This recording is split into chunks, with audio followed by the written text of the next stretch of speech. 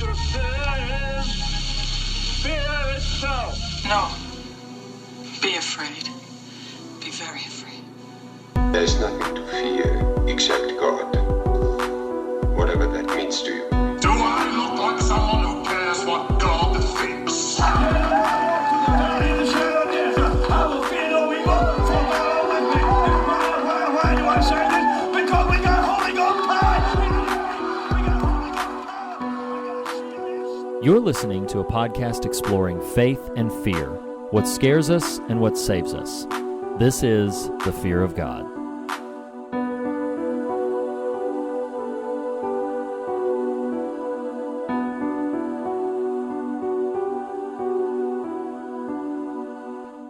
Hello, and welcome to the Fear of God podcast.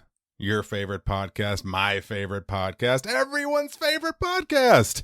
We are so glad you're here for this episode and this installment of our umbrella series for the year, that of 2020. To know exactly what that's all about, go back and listen to our pre-cap episode from the end of January for deeper insight. But basically, you guys are voting on your favorite horror films. These are your favorites from the last 20 years, and we're covering one from each year. We began a few weeks ago with Shadow of the Vampire, then Donnie Darko, then 28 Days Later, then our new favorite, House of a Thousand Corpses. Today, we're discussing a very special film, but I am getting a little bit ahead of myself. Speaking to you right now is one of your hosts, Nathan Rouse. And typically with me is fellow co-host Reed Lackey, and he was here a minute ago. He said he wanted to play a game, though, and then kind of, wandered off. Reed is big on like games and board games, so I'm sure it's fine, totally safe, nothing to worry about there. But in the meantime, everyone, while we wait on Reed's return, it's been a year of guests so far, and we've got another one for you today. Ladies and gentlemen, you know him as the pod bro scared of open fields.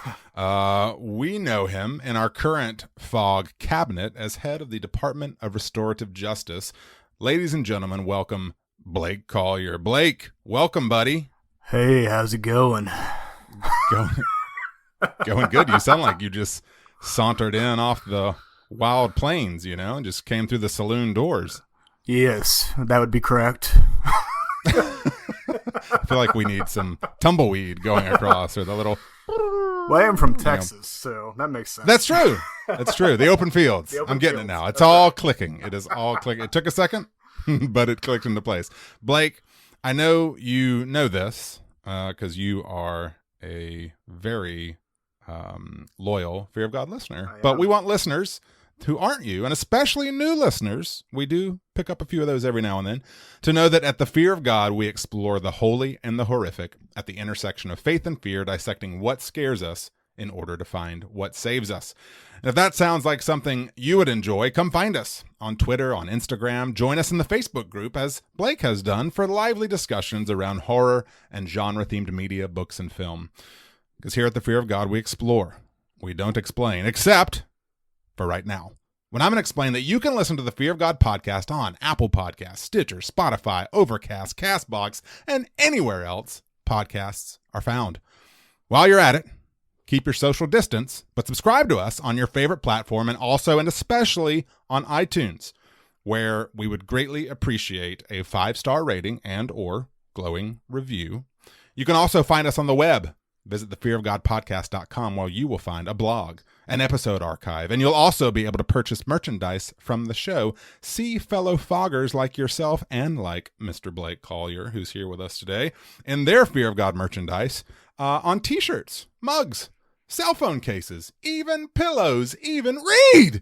Hey, buddy, you're back. What game you got for us today? I want to play a game.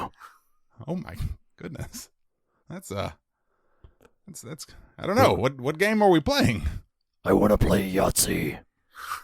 It's been a long time. I can't get anybody to play it with me. Yahtzee! That's a really good throwback there. I thought you'd appreciate that. I like that. I do like that. Riri, we've got hi. We do have Blake here. I don't know if you saw him on your way in. I did. Hey, buddy, Yes. you were the gentleman I saw sauntering back maybe 2 miles back on my way into the old studio. Yes, that'd be correct. Okay. All right. Well, Riri, Blake, as our head of the Department of Restorative Justice, Reed, you are my running mate in this election year. And I don't know if you heard, Reed, now, in the real world, Ohio's primary was pushed from March 17th due to coronavirus, and we take that extremely seriously. But True. in Fear of God world, it didn't get pushed at all, and we won. We Awesome. we won. We It's make taking our a own lot rules. of verbal gymnastics to get there right now, but I did it. And who needs super delegates when you've got us, right, Riri? That's right. I love it. We're sweeping right now. I think I think the election is pretty much a lock at this point. I really You would think, but I feel like we've heard that somewhere before, and I'm not going to go there with that language. Wow. I will consider nothing a lock. Nathan wants to play a game. No, he really doesn't like the games anymore. His heart cannot handle the games. Oh my. No, it's true. It's true. Blake, welcome. And I'm really, really glad to know that you are the head of our Department of Restorative Justice. That delights me tremendously. But you've got some other things going on these days, and it's been a minute since you've been on the show. Why don't you tell us about your newest venture? I don't want to steal any thunder. Yeah, so recently, I believe it started a couple weeks ago, I started a new short run podcast called 88 Names Podcast with my co-host, author Matt Ruff. If you don't know his name, you'll know the name of one of his books here shortly whenever HBO releases their short run, or their miniseries, I guess, Lovecraft Country. He is the author of that book. Very cool. And so he and I, in order to kind of build a campaign around his newest book, 88 Names, decided to get together and do a podcast to where we talk to virtual reality developers, thinkers, storytellers, anything, pretty much any people we can find that have some kind of unique vision for the use of this technology. And so, can you, Blake? I'm sorry to cut you off. Can you describe what the premise of 88 Names is? The book. So, the 88 Names, the book, is about basically a Sherpa or a guide who basically takes people in the future on guided tours of different worlds that you can live in within virtual reality. And so, their whole existence is basically around. This is the future, so like all of life is lived in virtual worlds pretty much. And so this guy is basically trying to build a business around guiding people in these new worlds. And he gets a new client, and the new client goes by the name of Mr. Jones. And as the book goes on, he starts to wonder, maybe this guy isn't who he says he is, and he might actually be Kim Jong-un. And that's not a surprise. That's you'll read that on the back of the book when you buy it. So interesting. Yeah, it's pretty crazy. Wow, it's like that took a turn. Yeah, that was quite a pivot. I kind of wish the title of the book then was Mr. Jones and Me, which would be a really lovely call out to some late 90s. Wasn't that Arrested Development? The band? No. No. Yeah, that was Counting Crows. Oh, yeah, Counting Crows. Counting Crows. You're thinking of Mr. Right. Wendell is what you're right. thinking. Oh, yeah. Right. Wow. I love this. I love that this moment is happening. We all of a It sudden makes me showed our happy, ages. Mr. Wendell. Yeah. No, well, yes, I'll leave that one. That's really awesome. That's really awesome. I feel like in the current, we are recording March 24th of 2020, where social distance as a concept has entered the lexicon in a profound and immediate way. Yes. And I feel like 88 Names is this really frightening sort of extension of just, what we're learning about right now. Yeah, it's pretty crazy. And it was not like we didn't start COVID-19, but we're kind of working off the premise that like we're kind of on the cutting edge of some elements of book campaigns, because sure. Some of the reach that we're getting is a lot better than most like book tours do. Sure. Just because that's I do appreciate that you made that disclaimer. We were worried that you actually were responsible for this dreadful thing. There's a lot of ideas out there about where this came from, and so just want to put that out there. Some of them are bizarre. Yes, they are. Really Very bizarre. clarify, Blake. So the for our listeners, so the podcast has already begun releasing, or is about to release. So there are 2 episodes out. There's a little bonus Easter egg, episode 0 out as well. It's just a short little conversation about Lovecraft Country with Matt and I. And then we have talked to Brandon Oldenburg, who is a Oscar-winning animator. His animation won back in 2012, and then nice. We have the release day episode with Matt Ruff himself, where it's just he and I kind of just talking about the book and various aspects of it. And then we're about to release the Cory Doctorow episode. Some people may know that name. He's kind of a well-known YA author and just an activist in a lot of ways, copyright and virtual reality and various things like that. So, dude, that's really cool. Yeah, that's awesome. It's very exciting. I'm proud of you, and I'm equally parts interested and scared to listen to. It's surprising. Some of the conversations take a very odd turn sometimes, but it's always been very fascinating. So. That's cool. Sure. And speaking of whether it's Mr. Jones, Mr. Wendell, just pseudonyms in general, I want to remind us that present with us right now is Lackey the Listicle, my occasionally list making lackey. That was such a perfect segue, and I'm so proud of this moment. Hey, Lackey the Listicle, would you enumerate for us, yes. Or list out just? I swear you sound like Knowsmore from Wreck-It Ralph too. That's great. Will you tell listeners about 2020 and how they can participate in this amazing series we're doing right now? I certainly will. And listen, ladies and gentlemen, we know that most of you are home and have at least some degree of time on your hands. So please, by all means, go to thefearofgodpodcast.com. Visit the banner at the top of the page to take you to the 2020 page, where you will have the opportunity to vote on your favorite horror films for every year, starting in 2000 all the way up through 2020. Now, the surveys that are currently available as of this episode releasing are only 2006, 2007, and 2008. So please, by all means, I want you to go there. We need your votes. We need your participation.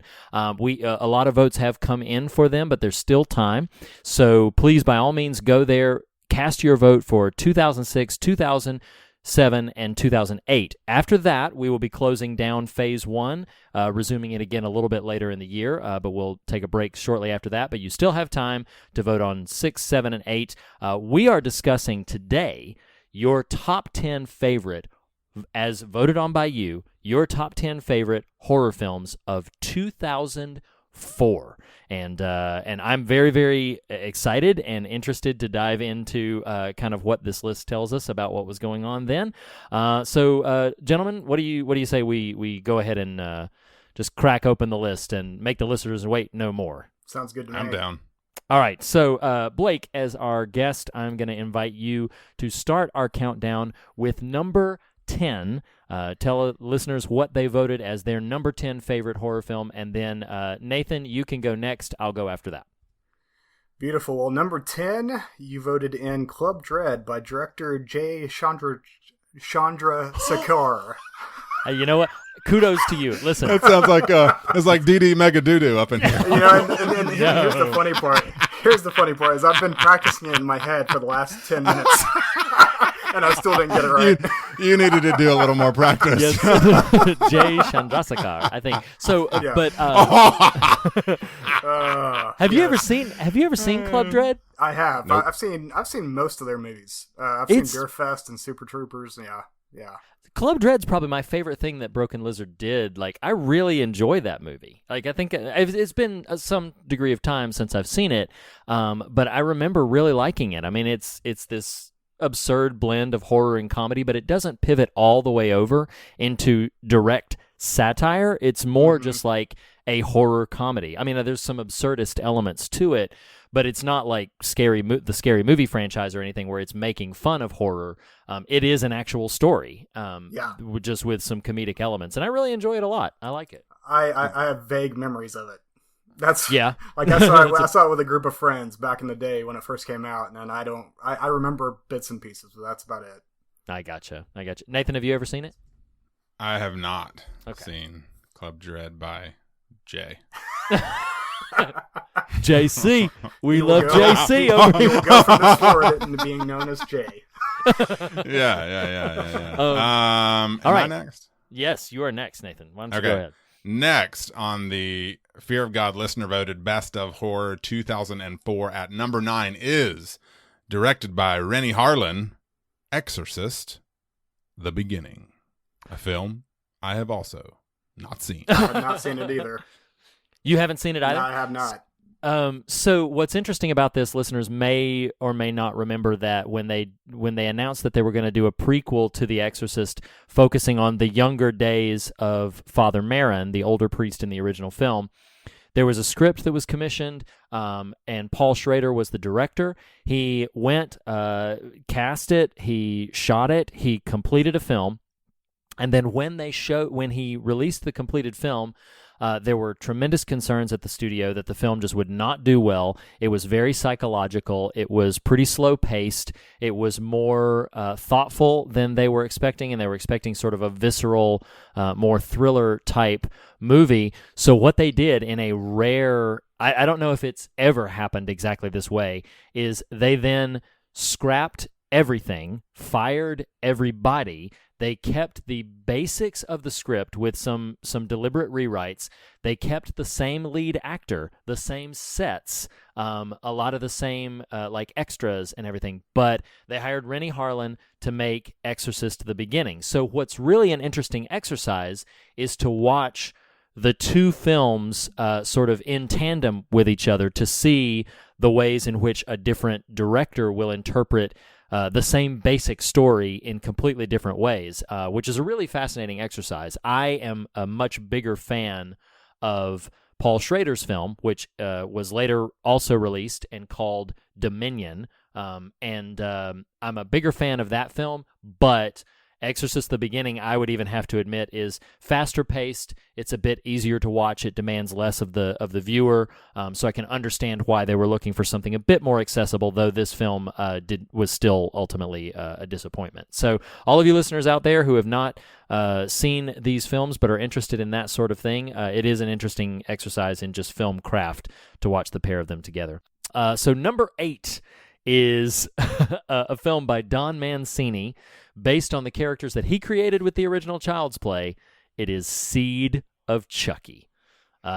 This is an absurd film. This is a really wacko film. I mean, Bride of Chucky was wacko enough, but then several years later, actually, Bride of Chucky was 98, I think. So then, like 6 years later, he releases Seed of Chucky, which is actually like the premise of it is that the spawn of Chucky does not realize that Chucky's his father, and a lot of the plot is driven by him suddenly finding out that Chucky is his father, and it's But is really it a doll? ridiculous. It's a doll. Oh yes, it's a doll. Oh, okay, right. It's a sentient doll, obviously, but Sure. I mean, that would be just I think it a would've real been- stream of consciousness kind of film if it weren't.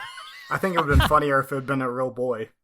Well, yeah, I mean, who knows with this series? That's why I asked the question. So what's really funny about this is like Seed of It's Chucky. like a reverse Pinocchio. Exactly. Oh, exactly. So Seed of Chucky is just like a really ridiculous, outrageous film. What's interesting is that the very next film in the franchise, called Curse of Chucky, they did this bare bones kind of. So Seed of Chucky is just outlandish and ridiculous, but they did a real bare bones kind of return to form approach for Curse of Chucky, and it's actually very, very good. There's a lot of people who consider, and I think most critics do as well, consider Curse of Chucky, though the like 6th in the franchise, to be one of the strongest sequels in the entire franchise. They pivoted hard away from the just outlandish, absurd humor of Seed of Chucky and went sort of back to basics in a pretty effective way. So anyway, I like the Child's Play series. I have a soft spot in my heart for Seed of Chucky, and it's your number 8, listeners. Hey Reed, was the most recent Aubrey Plaza film any good? I liked it. It's I not did as too. good. Yeah. It's a completely like fresh reboot, so it's completely out of continuity. But I enjoyed it. They pivoted away from the mechanics of what happens with Chucky in some interesting ways. And ultimately, I thought it was pretty enjoyable. I'm actually surprised that it received as much sort of derision as it did, and I loved I might be in the minority, especially in my household, but I loved the marketing for the new Child's Yes, Play. it's Oh very my good. gosh, it was brilliant. Do you remember what that was, Nathan? Yeah, it was like Toy Story murdering Chucky Oh, or something like that. No. Chucky murdering the Toy Story characters. Like, Right. oh, Yeah. it was I'm so sorry. great. Yes. A No. Toy Story dash murdering Chucky. Yes. Ah, Chucky who gosh, murders yes. Toy Story. Yes. Oh, Syntax. man, it was great. Is a Yes. struggle. Oxford commas are important. So- Blake, next, you are. So number 7, you voted That was meant to be a in- syntax joke also. it was good effort there. Good effort. Just in case it was listeners good. were It was wondering. Sure. Move along. So number 7, you voted in the film Secret Window by David Koepp, I believe is how you pronounce his name, if I'm not think you're right. mistaken. I think you're right. And this is a film actually At minimum, you did a better job than you did with Jay. I mean, Yeah, exactly. That's right. I have seen this film. This is actually the first. So I hadn't seen Seed of Chucky or Exorcist at the beginning, but I remember seeing this movie and thinking, oh, basically this is a remake of The Dark Half, which had Timothy Hutton, same basic concept, and I think I liked it better at the time, but it's been a long time since I've seen this one. So Yeah. Nathan, have you seen it? I have not seen it. It's pretty good, particularly as Stephen King adaptations go. I mean, I remember I was kind of meh on it when I first saw it in the theater, but time has been kind to my memory of it. I'm fond of it in that way that you just kind of an easy to watch thriller endears itself to you over time, if it's just reasonably well crafted, not exceptional, but it fits the bill. So Secret Window kind of fills that space for me. wasn't David Koepp the guy who directed Stir of Echoes? I think you're right. I would need to look it up to confirm, but I think you're right. And I love Stir of Echoes. I do too. Yeah, Stir of Echoes is a great film. Really understated because it came out the same year as Sixth Sense, and Sixth Sense, understandably and deservedly stole all the press for it. Yep. But Stir of Echoes is a great film. It's wonderful. Nathan, you are up. All right. Number 6 on this list, directed by Takashi Shimizu, is another film I have not seen called The Grudge. They still don't think I've seen it. What is this about? I know it's, Wait, tell me the plot, because maybe it'll jog my memory. This is Sarah Michelle Gellar starring. She comes to. She gums? Wow. I forget if she is. I forget what her role in the film is, but she's either like a teacher or a tutor, somebody fulfilling that capacity, and she comes to a house which is haunted by the spirit of a wicked spirit that has basically of someone who has died in a tremendous amount of pain. Like when somebody dies in tremendous pain and agony, it leaves behind like this grudge thing. So it's sure that's not an episode of Buffy you just described? Yeah, exactly. I mean, you know what? That's a fair point. That's a fair point. It's actually, so the interesting thing about this, I have seen this film only once. I saw it when in proximity to its release. The main thing that I remember about the film, because honestly, I remember precious little, except that Sarah Michelle Gellar is the star of it, and I remember that this director who directed the 2004 one is also the one who directed the Japanese original. So the person who he got the opportunity to remake it for American audiences, but still pursuing his own vision for what his original was, which I found interesting at the time. But that's literally the only thing I remember about it. I also have not seen the recent 2020 remake / installment, whatever. Mm-hmm. Blake, what about you? So I'm pretty sure I've seen this movie, but I only have vague recollections of watching it, and so that means that I either didn't like it or I didn't ever finish it. Okay. Because there was a time, because that was when I was in grad school when that came out, I believe, and so, or no, it would have been like midway through college, like undergrad. So I probably would have been pretty busy, and my mind was probably elsewhere. So it was either. I do like that the way you just offered that was that basically you may or may not have seen and or started this movie. Like, yes. That was really Exactly. okay. Exactly. Cool. So I had just enough memory to make me think that I saw it, but that's about it. Right. Sure. Memory's a funny thing that way. It is. It's true. It's true. Well, clearly a very memorable film for a number of us. All right, so I'm going to move on with your list. That was your number 6. Your number 5 is directed by Brad Anderson. Those following these lists will note that he is the director of Session 9, which we talked about a couple of lists ago. It's The Machinist, featuring Christian Bale in what I think gets pointed at as one of his most dramatic transformations, physical transformations, and is also mentioned when people talk about him acquiring the role of Batman in the Christopher Nolan trilogy, because he went in Machinist. He is skeletal, literally. He is extremely gaunt, very, very thin and malnourished, and then had to beef up, unhealthily so, to prepare for the role of, to prepare for the audition, I should be clear, to prepare for the audition for his role as Batman, and I think might have even been like briefly hospitalized or something. He just did ridiculous things with his body. But The Machinist is a film I really highly respect. I think it's fantastic. It's been probably too long since I've seen it, but I remember having such fond memories of it and such great affection for it. Have you guys seen it? And if so, do you like it? Yes, I have. I have seen it, and I adore this film. I think It's wonderful. It's one of my favorites of this decade, easily. So yeah, it's great.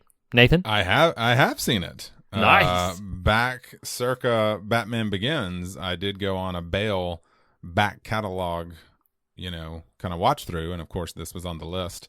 As is. So you went. So you Empire would say of the Sun. there you go. Oh, so you would say Batman Begins brought about a Bale binge backlog? Is that? I would say. Would you say that? Actually, the way I would put it is Batman Begins began a Bale backlog breeze through. Huh? What? What's really funny, Reed, I thought you were going to go here. My understanding of the story you told, which, I'm glad you told it because never let us miss an opportunity to talk about Batman on this show.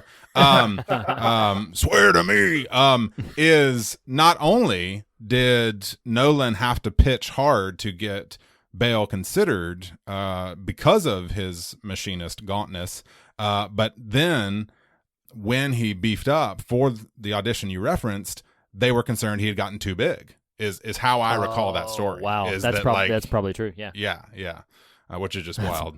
That's crazy. Do love some Christian Bale and some Batman. Me too. Absolutely. Great taste that tastes great together. Who's next? Blake's next. So your number 4 film is another film I absolutely adore as well, and that's The Village by M. Night Shyamalan. Oh man! And listeners, let's give. If Steve Beckley were here, he would pat me on the back, digitally, of course, social distance. This is Fog 6 Canon feet, number 6 feet. 34? Yeah, 6 feet. Episode 34 in the Fog Canon. Read.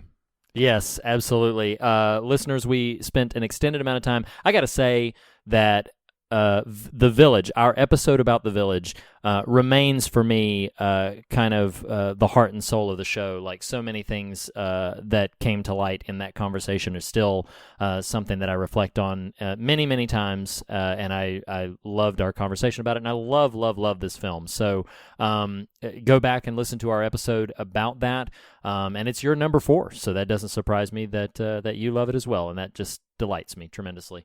Nathan, why don't you give us the next one?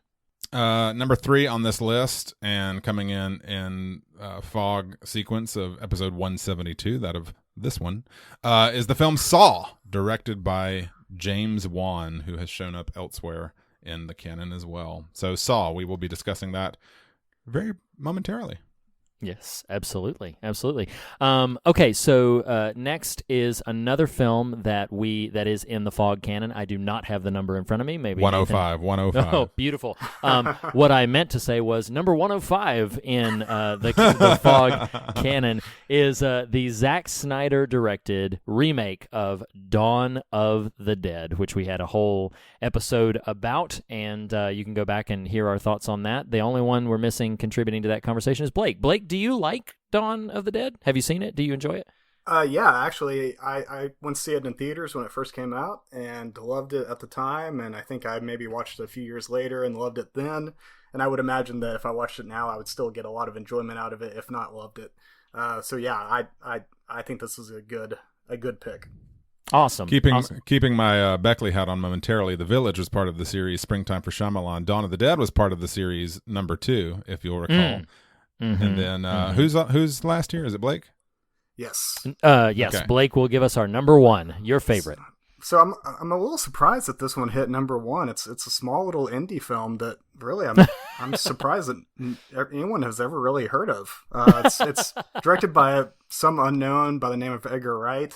It's Shaun of the Dead. Oh man! I don't know about y'all, but I haven't seen this. So. Oh man! Yeah, listeners, we did. Well, Blake, once you do watch it, you can go back to Fog Canon episode 139 as part of our Funny or Die series and watch and listen to our conversation about it. These lists are turning into like commercials for our show. Why not? Why not, Reed? Self-promotion. So we're all just sitting at home. May as well watch some movies and listen to some podcasts. That's right.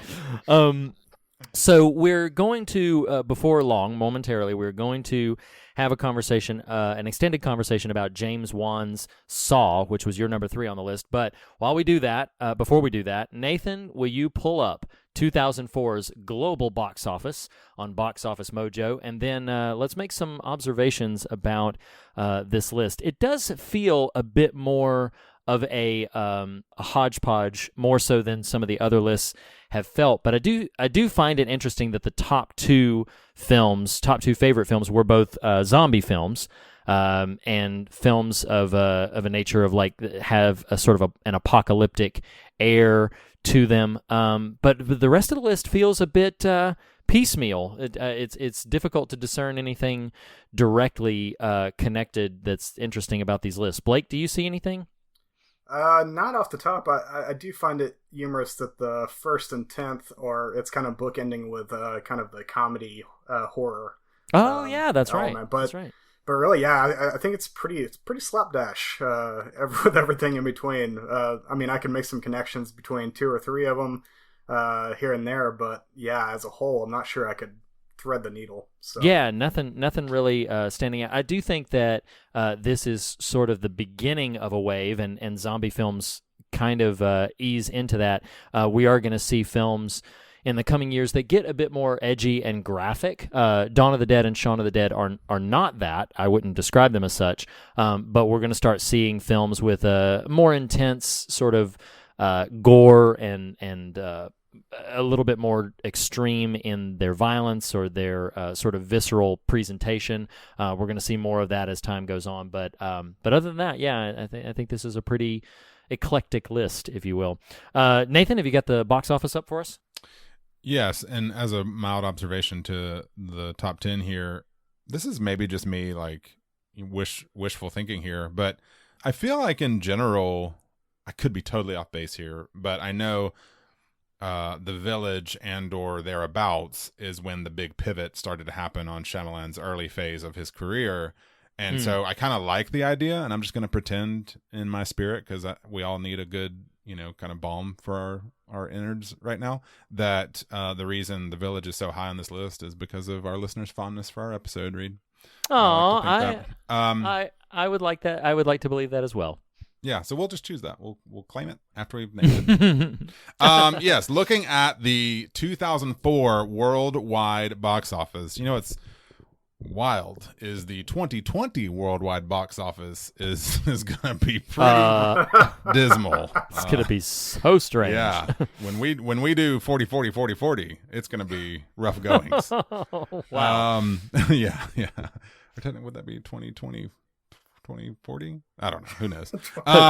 Maybe. Who can say? Math. So top 5. This is a really fascinating list. I think I just said that. Number 5. For all the good Christians and Mel Gibson fans out there, is indeed The Passion of the Christ. Wow. Which is pretty wild. Talking about some extreme I'm surprised violence. it didn't make our top 10.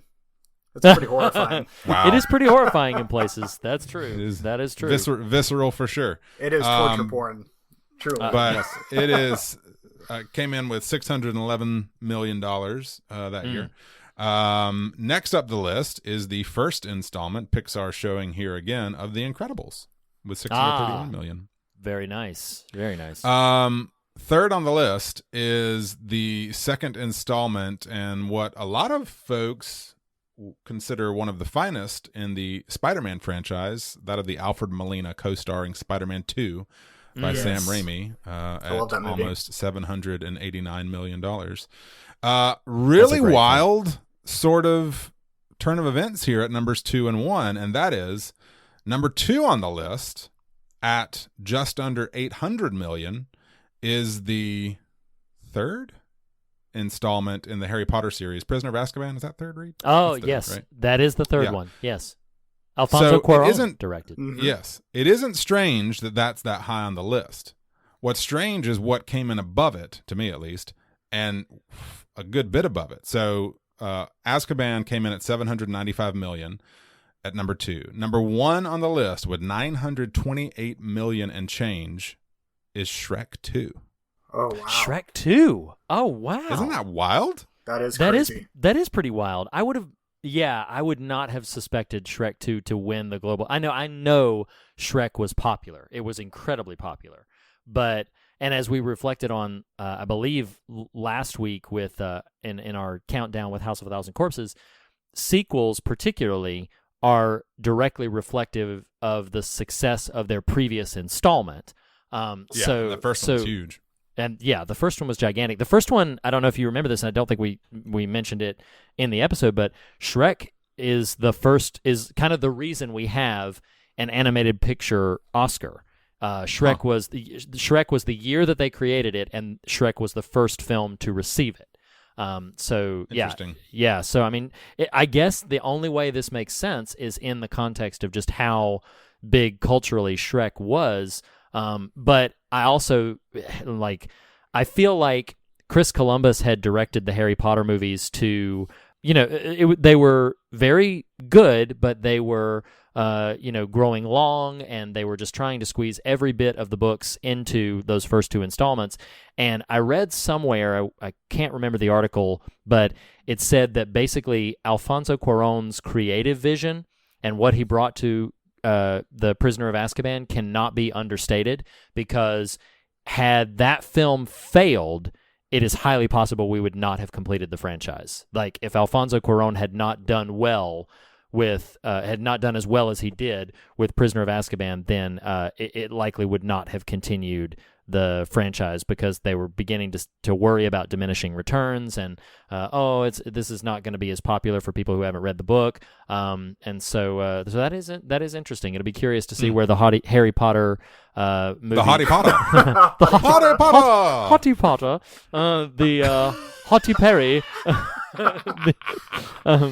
where those films wind up in future installments. But I love that our look back at the global box office is really just tracking the Harry Potter box office. Where's it going to be this week? We don't know. Right. Where did it fall on the list? Oh my gosh. All right. Well, that puts in the books your top 10 favorite horror films of 2004 with an eye towards global box office. But now the time has come to talk about the seminal entry in one of the most known, if not most viewed, franchises in horror history, and that is Saw, directed by James Wan, written by and starring Lee Whannell. Okay, so a couple of things up top.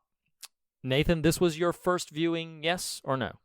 Indeed, yes. Okay, and Blake, how many times have you seen this? This was actually, I think, my second time. Oh, only your second time. Okay, Yeah. I've seen the film, by my count, 5 times now. Okay. Goodness gracious. Yeah, I've seen the film a lot, and I'm still very, very fond of it, as we'll get into. But what's interesting to me about this film, sort of right out the gate, as a discussion point, this film, along with a later film, Eli Roth's Hostel, are largely they're largely credited with helping to launch the subgenre of horror that we've referred to a couple of times, known as torture porn. Or I've also heard gornography, which is a term I prefer. But they're credited as helping to launch that, which is characterized by extreme extended sequences of victims being tormented in physical and psychological ways, frequently very graphic and very violent, and hence that's how they get that name, is just like almost exploitative in their violence. But what I find interesting about that is that I don't consider this film to be that much of that. Like, I don't consider it to have that many qualities. There's definitely some elements of that in its plot, but you don't see a lot of that in this film. A lot of that violence happens off screen, or is implied rather than actually put in your face, which is something I've consistently found interesting about this installing franchise. But before we go too much further into like trivial bits and stuff like that, I want to get some general reactions from you. So Blake, you've seen it twice. You're our guest. How do you feel about this film? So I remember really loving it when I first saw it, and it was probably on, video whenever it came out. I didn't see it in theater at the time, and so I remember watching it like late at night and really loving it when I finished it, and it's had a really good memory for me this whole time. And this time around, I lost a little bit of the loving feeling for it. Yeah, exactly. I really exactly. I'm resisting. It's yeah, exactly. So yeah. Blake, Wait. Who are we putting on the corner? No, sorry. What? So you never put baby in the corner. Oh, yeah, exactly. In the corner. Yeah, I'm tracking with you, Blake. I'm with you. Yeah, okay. I was like, maybe I got the wrong song. Although you do have the wrong song. I think that song. I think the okay. Dirty Dancing song is "I've Had the Time of My Life." But yeah. There you go. but this conversation is delightful to me. I think that's a Top Gun reference. I think Okay. isn't That You've makes Also Love and sense. Feeling from Top Gun? Yes, Maybe. I believe so, because they sing it. They sing it karaoke, right? I think. Maybe. Oh, man. It's been so long Man. since I've seen them all. For a bunch of late 30s, early 40s dudes, we are struggling. No, right now. Top Gun is "Take My Breath Away." Top Gun is Well, I "Take My know Breath Away." that. But I they know. sing it. Trust They me, sing it. I know that song. Do they- But Listeners I mean, know every a time little I too listen- well. Every time I listen to an episode of Fear of God, it takes my breath away. So. take my breath away. This is great. This is the musical episode right here. Blake, we No, that was supposed to be last week with Land of a Thousand Dances. Yes, that's true. That's true. Blake, we rudely interrupted Top your Gun. your Top Gun. Dutch- Album Top Gun, It's everybody. becoming a land of confusion. I just guys. looked at, wow. Wow. Oh, You're like, and I'm taking it back to the Genesis. Yes. yeah. Mm-hmm. Oh, man. So yeah, I remember Goodness gracious. like for the longest time because like you said, Reed. Oh. Okay, Nathan. What? Come on. You thought that one. I resisted on Top Gun. I couldn't then. So to tag on to what Reed was saying is that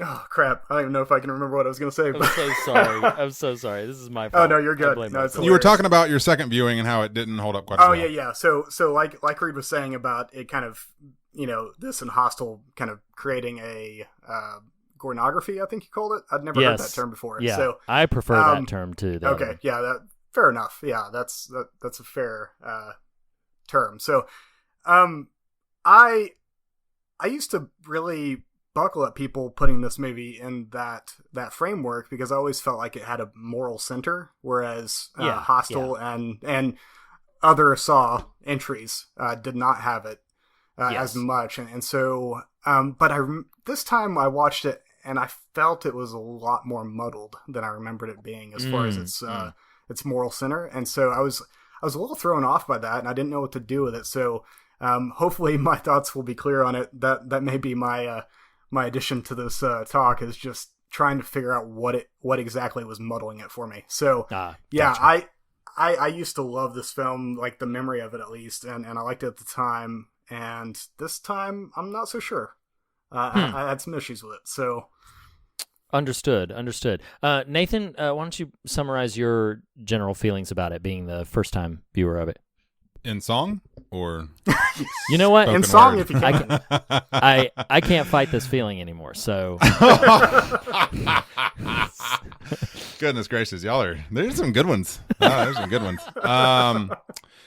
So yeah, I had never seen the film before and had honestly held off years ago. Reed and I have a mutual college buddy who tried to sell me on watching it, and so I texted Reed about 3/4 of the way through this viewing because the big twist of the film, I recalled that it was there and coming, which is a little unfortunate. I do kind of wish I hadn't known that, but it was because years ago a college buddy was trying to say, hey, this is actually pretty good. It's kind of storytelling kind of thing. And so I did know that, and that was kind of a little bit of a letdown. Generally speaking, I found it pretty positive. I will say this. In the moment in time in which we find ourselves, I got a little worried, if I'm being perfectly frank, about, I don't know, 20 minutes in. For one of the first times ever, I was like, I don't know if I kind of want to put myself through this because the real world is pretty hard right now. And, I didn't have some magical turnaround, but I will say one of the few kind of bright spots in light of that rather real feeling was, man, this shows you that 3 years of horror movies can normalize you to a lot. I actually thought for what I was worried I was going to get, it was pretty restrained, kind of to your point, Reed. Oh, yeah, sure. Yeah. Knowing the nature of the content and knowing the imagery of the box art, and I knew the story loosely, I was like, this old Dread Pirate Roberts is chopping his foot off, but I'm not even seeing it. How do I know he did it? So yeah, I actually was a little impressed with the restraint there, though who knows, there's a good chance that got filmed and just got cut for ratings purposes. But nonetheless, yeah, by the end of it, I liked it. I think it's pretty smart, for being this kind of lo-fi type of production. It's got a pretty inventive plot to it, and just kind of not in the exact same way, but reminds me of like Blumhouse type entries, like when horror can really when horror can really just stick the landing is, and artistry in general kind of benefits from this type of modality, but that of shoestring budget, meaning you've got to get inventive, you got to get, or rather inventiveness is what succeeds, right? Like shoestring budget doesn't guarantee success. It just means to earn success, what you also have to have in the mix is innovation and inventiveness. And I do think this film has a lot of that. Personally, a lot of the backstory stuff, though interesting as kind of filler, I didn't love from a just kind of production standpoint. I found the bathroom stuff a lot more interesting, that single setup. But I know that's going to be hard to wring out a feature's worth of material from. Anyway, so yeah, I thought it was interesting. I'm not disappointed I watched it by any means. I am, if I have any disappointment, it's just that I knew the big twist. That is the punchline of the film. But other than that, no, I found it enjoyable, entertaining. Go ahead, Blake. I was just gonna say that I kind of put this film in the category of a few films that kind of run into the problem of the Texas Chainsaw Massacre syndrome. You think it's a lot more violent and bloody than it is. Yes. Because I was even surprised at how restrained it was this time around. Because I remember it being a lot more bloody, but I've also seen maybe 2 or 3 of the other Saw movies, and so it's pretty easy for them to blur together in some spaces. So I think the restraint actually is quite appealing compared to the rest of the films. No, absolutely. And that's the thing that by James Wan's description, he said that starting with the sequel, and I mean starting with Saw 2, like it's not that they just get like progressive, like The difference in exploitative violence between this initial entry and Saw 2 is stunning. And James Wan even said, like, the sequels get extremely nasty. And the first time that I tried to make my way through, because I really responded to this film very positively the first time I saw it, it saddens me so much, Nathan, that you knew that twist, because my experience when, and listeners, we spoil everything. I'm about to spoil like the final moments of Saw for you. So if you're at all interested in watching the film, then now's your chance before having something spoiled. But when he rises up, when the body rises up, and you realize that that person has been laying there and has not been dead the whole time, I remember just being electrified when I was watching the movie. I was like, I never saw a twist like that coming. I suspected that there would be some sort of last-minute reveal of who was really behind everything, but never suspected that the dead body in the room was not going to be dead, and that was really galvanizing. What's so funny about that, and you know, kind of the real-time processing that was happening for me during this viewing was, I knew, only because I'm lightly familiar with the franchise on the whole, that the actor Tobin Bell is Jigsaw. Is this kind of antagonist of the series, or maybe a part of the series, at least, I don't know. But so I knew that. Well, you know, I'm just like, oh wow, there's Miles Strom from Lost. Oh my God, exactly. There's Benjamin Linus from Lost. Oh my God, you know, I just didn't know these folks were in the film. And I knew, I was like, okay, Michael Emerson is a patsy somehow. I know Tobin Bell, and so it didn't click with me that the actor Tobin Bell is who is in the hospital bed in that scene. So I kept anticipating, okay, he's going to reveal himself visually at some point. And so as the movie enters kind of that midpoint to third act, I was like, okay, he hadn't shown up yet. He's masterminding this somehow. I can't. Oh yeah, that's right. It's the body. You know, it all kind of clicked into place. It was like, oh yeah, that guy 15 years ago told me the twist of this story, and it's the dead body which isn't dead. That's okay. Now I know how this ends. So yeah, it was kind of fun, but kind of disappointing, because I'm with you. Like, if I had not known that, I can truly see how that is a monumentally significant twist to the end of this film. Yeah, very clever. And what you mentioned, the backstory earlier, so I had this experience because of my affection for the first one. I watched the second one, and I remember thinking with the second one, like, wow, that was way more violent, and so, you know, I'm not sure how I feel about that. The third one is as much or more so violent than the second one, and I was like, man, this is just getting too oppressive. I don't know that I can keep up with this series. And sure enough, after seeing the third one, I was like, I can't do this anymore. So I bowed out on the third one. It was only like a year or two ago that I rather impulsively decided, you know what, I'm more acclimated to things. I kind of know what I'm in for, so I can brace myself a little bit. There have been, you know, a dozen of these movies. Actually, I think there was only like 9 of the films, but I was like, let me just go ahead and see what they have to offer. And so I watched them through again, and what stunned me about this whole franchise is, you mentioned, Nathan, the like backstory element of it. Dude, as the sequels progress, you got no idea. Like, they continue in ways that I find legitimately noteworthy and impressive. Sequel after sequel continues to layer back things that happened before the events of this film, things that happened immediately after the events of these films.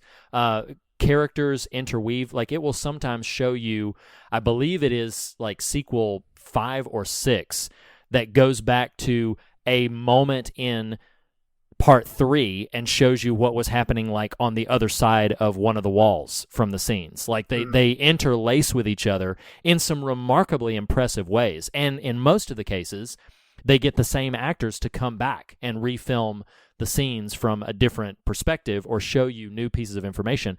So what's remarkable about the franchise is that if you consume it as a whole, it does begin to elevate itself as a complete piece. That having been said, the violence is hard to stomach. You get a bit numb to it after a while, but it is difficult as it gets in, because it does become, by my choice of words, it does become exploitative. It becomes like It becomes less about what the point of this film seems to be, which is you're in a situation where you have to make a life or death choice, and becomes more about how elaborate can these traps get, and how gruesome can their pain level be to their victims, and that becomes a bit less interesting. But again, the franchise as a whole begins to kind of elevate itself under its pure plotting labyrinth, because all of these different things weave back into each other. I'll make one more note about that, and then we can stay with some specifics. So Carrie Elways is one of the leads of this film, plays Dr. Gordon. So he actually wound up suing the film because he was not paid his back-end revenues. In his contract, he claimed revenues percentage of 1%, which, given Saw's success, would have been a pretty hefty payday. I mean, it profited more than $100 million. And so he would have seen a substantive amount of, 1% of that.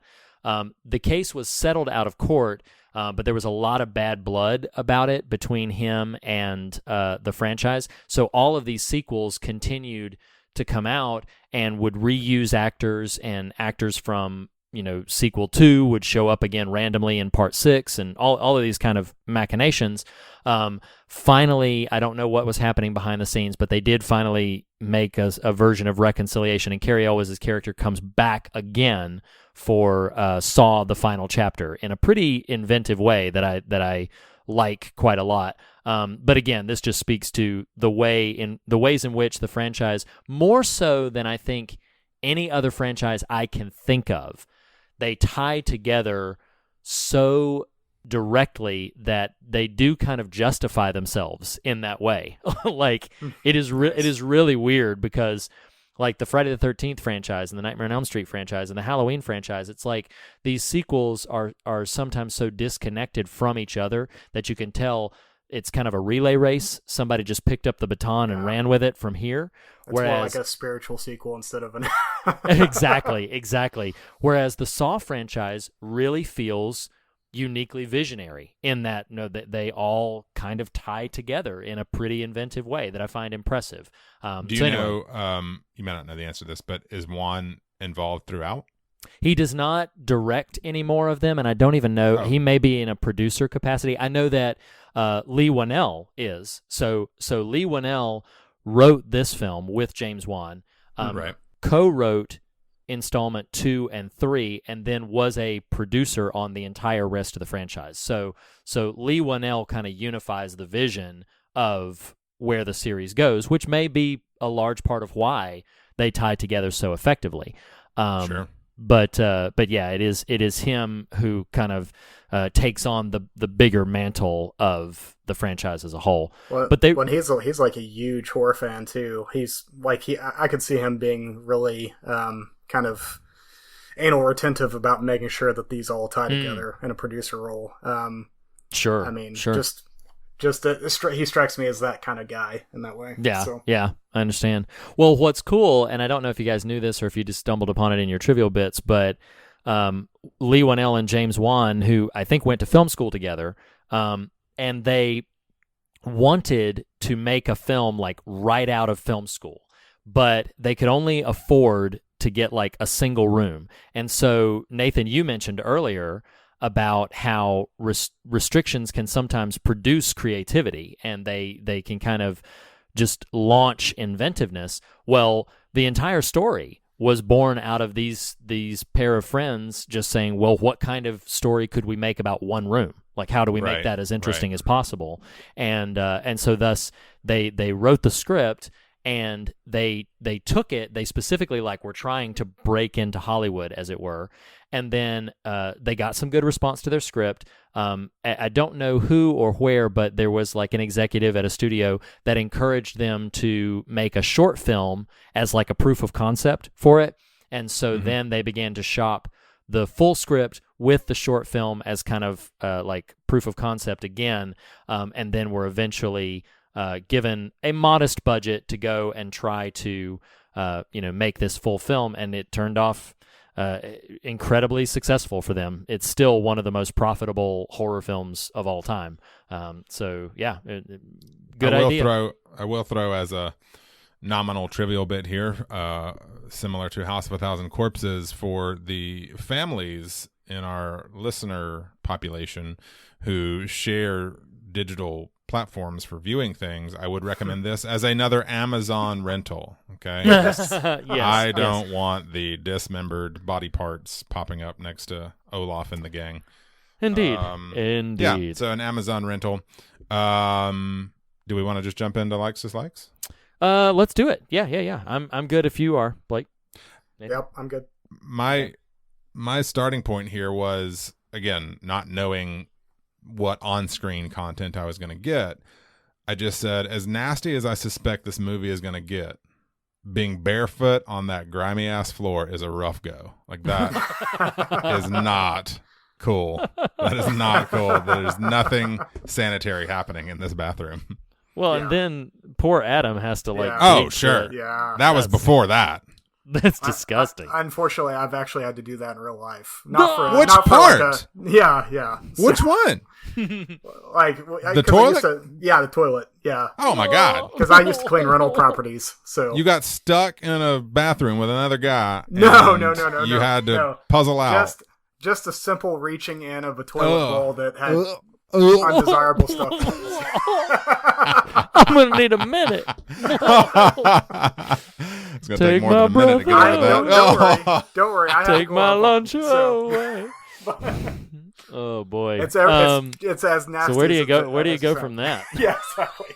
I will say, it's weird. I can't remember a film that did this, but there was a slight thrill of just nostalgic kind of, I don't know what, like the endorphins or something. When Adam is looking for the means to retrieve the cassette player, like all I could think of was like playing the computer game Myst from 30 years ago, or like a Resident Evil type of. I was like, yeah, somewhere in this room is a thing you need to get the thing, and then you're gonna find the thing to get the thing that's gonna provide you with the information to get the other thing, and then other things are gonna reveal themselves. So I don't know. It just had this real That's awesome. teenage Nathan playing video games kind of mentality to it. I would venture to say that Juan and Wanell probably played those games, and that largely like was the echoes of them trying to like, what can we do in a room? Well, I loved Myst. Let's Yeah. let's Speaking do of that. Echo was a dolphin on a Sega Genesis game from the early 90s. And Good- James good Wan for is you. like, you really like the Mist, huh? Well, that doesn't come out for 3 years. Right. Wow. Wow. This is all getting so Wow. weird. It is. So somebody stuck their hand in a toilet named Ugh. Blake's. So I do love I find the practical logic behind this to be really unbelievable, like that an individual could pull off Yeah. the things Come that on, that get come pulled on. off in this movie.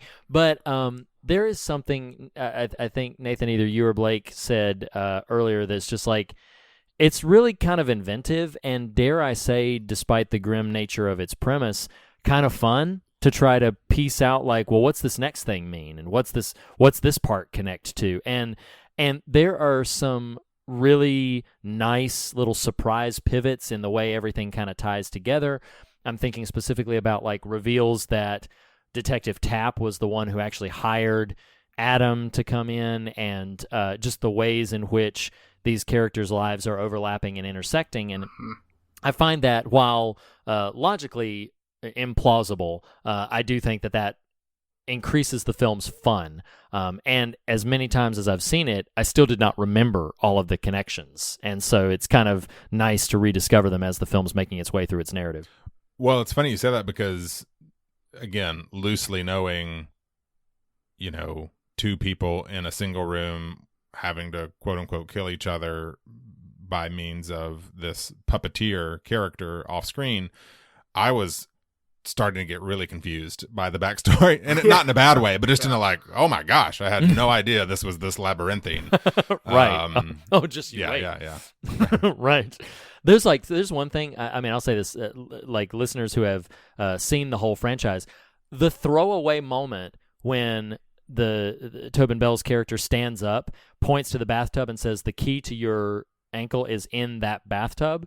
And then it reveals that like the key fell down the drain, that it went all the way down the drain. Like that little throwaway moment becomes like a major thing in well, not a major thing, but it becomes like a reveal substantiating a plot point of part 3.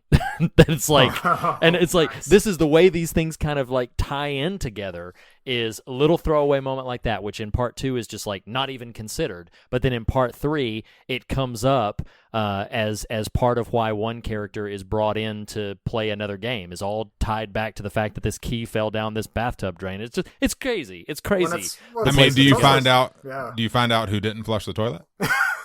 No, that remains a mystery. Oh, that'll be for the next. That'll be for the next film. That'll be Spiral. Yes. Hey, yeah. Blake, you may have said this. Have you seen beyond this first one? So I know I've seen 2, and I feel like I've probably seen 3, but after that, I stopped watching them. Gotcha. And I think it became less about the violence, because I'm weirdly sedate when it comes to watching violence for good or ill. Probably but, for real. Yeah, probably for real. Yeah. But I think I just got bored with basically the formula of it, and so. Gotcha. Yeah, So- yeah. Which I could see. I could see Yeah. that happening, because I will say But- that like. Go ahead. But No, hearing you you first. talk about it makes me kind of want to go back and watch them before the new one comes out. So You know, it wasn't a terrible experience. Like Yeah. I'm gonna be honest. Like I have a fondness for like, yeah, I did that whole big run in like a week. I think I watched like one new installment per day, and I was like, that was a little fun. I remember by the time I raked up to like number 5 and 6, I was like, oh yeah, Man. what's the next installment got for me? And thank goodness it wasn't a big fun. I was gonna say, I like that you qualified it as it was a little fun. it was Like, a little fun. It was a little If fun. you're pondering this, fun happens. Just be measured Just in be how much aware. fun you expect. Well, because Um, it feels like I'll just make this comment to Say what it. Blake was saying, that like you get bored with the sort of gimmicky nature of it. What's interesting is that they seem to go more and more elaborate with like the mechanics of the traps and Yeah. the people in the traps, and that does get numbing. That's where all of the violence is, and that's like the least interesting thing to me about the subsequent sequels. What's most interesting to me about it are the ways that the characters, like the why they're there, becomes significantly more interesting than what they're going through in Yeah. the machinations that they endure. And I do find that remarkably compelling. And like there's one sequel, I won't say which one, there's one sequel in which the Tobin Bell character dies, and he dies on screen in a way that is like impossible to deny. Like this character is now taken out of the franchise. But as the franchise continues, they actually do a pretty good job of substantiating how and why these things keep happening in ways that I found impressive. And I'm like, wow, this is like other characters come in, but then those other characters are rooted in things you already know in the mythology. So I think that's another thing that impresses me about it, is that it's an elaborate mythology, but that's based purely in I'm in air quotes, the listeners can't see, real world scenarios. Like it's not some weird curse. It's not some supernatural gimmick. They're all tied together in ways that, while implausible, are actually possible in the real world in terms of the character connections. So anyway, I would like to plug right now the B-side Fear of God episode that launches 3 days from now on Friday of Reed just by himself talking through all the sequels and spoiling them. It's like, you know what? I really I'll do don't that. want to watch 8 more films. Reed, will you just talk for 2 hours and maybe I'll listen to it? So do y'all I mind if I gotcha. sum up what Reed just said? It's a big story. It's a With a little fun. It's a little fun. Exactly. I will say this. I'm glad. So I did see Invisible Man, and did Winnell direct Insidious, or was that Juan also? James Wan he directed Insidious. Insidious 3. Three. Yeah. Yes. Okay. Yes. I'm But he just wrote trying to Insidious. think. Did I know Winnell's name as director pre Invisible Man? And I don't know if I know that or not. Do you but saw Upgrade? I will. Yeah, Upgrade. Oh, okay, yeah, Yeah. Yeah, cool. he All directed right. Upgrade. Yeah. Mm-hmm. I'm glad that he had a bit role in Insidious that we saw and covered. I don't have that Fear of God canon number. Sorry, Steve. And I'm glad that I knew him as director before seeing Saw, because he is one whiny little bee in this movie. Yes. I was not ready for that. I was like, dang, dude. Calm down. Calm yourself. It's a little fun, man. It's a little fun. Just lean in. It's a little fun. Lean in on the little fun. My last note in my likes dislikes is I just made a silly joke where I'm like, why is Michael Emerson's character always got to be stealing somebody's kid? Like, why is that? Why is that? Spoiler alert. What he does? Spoiler alert. Yeah, alert. exactly. But still, Wow. So much for Lost. Oh man. How about scares? There's definitely some in this film. I will lead the way by just the contraption on Amanda's head was Whoa, the reverse bear trap. Whoa. awful. Terrible. That's a gruesome scene. I mean, that whole, I was going to say that whole like sub episode, like that music video style sequence with her. Yeah. The friggin' dude is still alive. I was like, oh my God, that ain't right. That ain't right. And then the jigsaw doll on the tricycle. Oh my gosh. Yeah, that whole sequence I think was what they used in the proof of concept thing. I think was that sub sequence, but it was a male character in the trap. I believe in my uncovering that was what that was the case. But yeah, that's a pretty gruesome scene. I will confess that like there were two moments, I'll mention at least one of them now, that genuinely startled me, that I was like, oh, wow. Like I've seen this film a number of times, but I still got really startled. The first and biggest one was when Dr. Gordon's daughter looks in the closet and like the eye is there. And he says, I think something like "Good night, little girl" or "Hello, little girl" or something. And then when he leaps from the closet, I was like, "Oh!" I was like, I can't. I was like, "Oh!" Can you do that one more So time? yes. That sounds like a little fun. Well, it's funny because you didn't name what I think is probably the freakiest of that whole sort of sequence is when he's covered in the sheet, Yes. standing by her bed. Yes. Good Oh Lord. my gosh. And yeah. he kind of wriggles a little bit. Yeah. Don't Yeah. nobody want to see Michael Emerson wriggling under a sheet. Come on, man. Come on now. No wriggling. That ain't a little fun. That Not at all. Not ain't at no all. fun. No. Oh, God. Man. Yeah, So Go what ahead. else you got for scares? So Blake? there's no wide open spaces, so that wasn't a problem. Yeah, you were Good. good. Yeah, I was good on that. I'm really like as far as like genuine scares. I think him wriggling under the blanket was one of the parts that actually Ugh. kind of got me. Like a little bit. I was like, what the heck is going on? I don't remember this. And but outside of that, I think I just love the final scene where Jigsaw closes the warehouse door. It's a nice callback to Texas Chainsaw Massacre.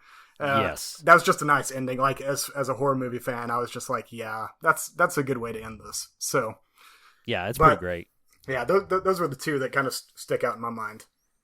Nathan, did you have any other scares? Yeah. I got a list. This was not a little fun to me.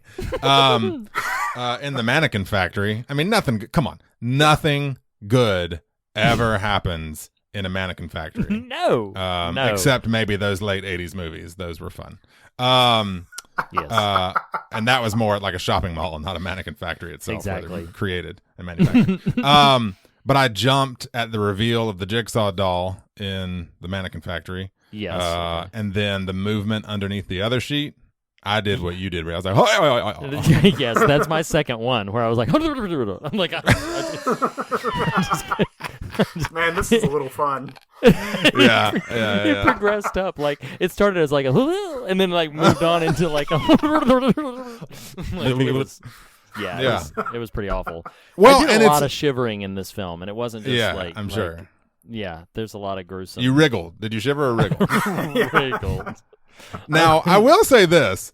For a movie that just kind of throws all the ideas up in the air, the pig mask is pretty jacked up. I mean, like, my what? gosh. What are we? I mean, clearly some future backstory develops a cult with the pig mask. I'm just making this up. I don't know. I'm just freestyling here at this point. But it's pretty out there. And It's nightmarish, man. It's I gruesome. was just waiting for Reed to be like, well, actually.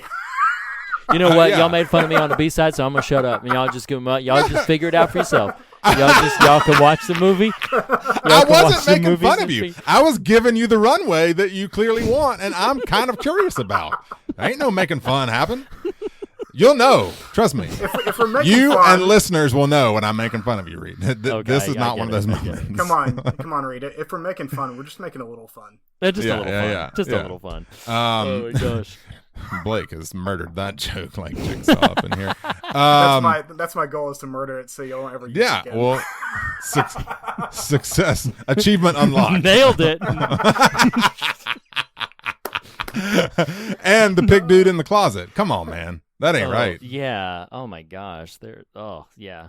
That whole mask thing is just so. Yeah. It's no, gruesome sincerely, when I'm you look at curious. it.